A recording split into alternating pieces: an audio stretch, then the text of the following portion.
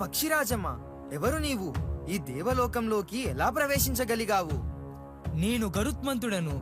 ఈ దేవలోకంలోకి ప్రవేశించడం నా అనుపమాన ధైర్య సాహసాలకు, అసమాన ప్రతిభకు నిదర్శనం. ఈ స్తోత్కర్షలకేమి గాని నీ రాకకు కారణం? ఈ అమృత భాండం గైకొని పోవుటకు. అమృత భాండం కైకొని పోవడమా? అది అసంభవం. అసంభవాలను సంభవం చేయడమే ఈ గరుత్మంతుని నైజం. ఎంతటి కండకావరం! దేవలోకంలోకి ప్రవేశించే సాహసం చేయడమే కాకుండా మమ్మల్నే ఎదిరించి మాట్లాడతావా? సైనికులారా, సమాయత్తమై రండి. అమృత భాండ అపహరణకు ఓ ఆగంతకుడు ప్రవేశించాడు.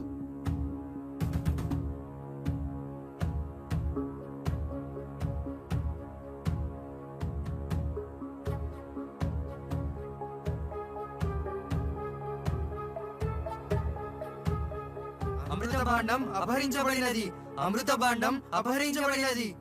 ఎందులకి ఈ ఆందోళన? ఏమైనదో చెప్పండి. అమరేంద్ర, అమరేంద్ర, అమృత భాండం అపహరించబడినది. అమృత భాండ అపహరణమా? ఆశ్చర్యముగానున్నది. ఎవరా ఆగంతకుడు? ఒక పక్షిరాజము ప్రభు. నామధేయము గరుత్మంతుడట. గరుత్మంతుడా? అతనికి అమృత భాండంతో ఏమిటి పని? హ్మ్. మేమే స్వయంగా వెళ్ళి అతనిని అడ్డగించి అమృత భాండం తీసుకొని వస్తాము.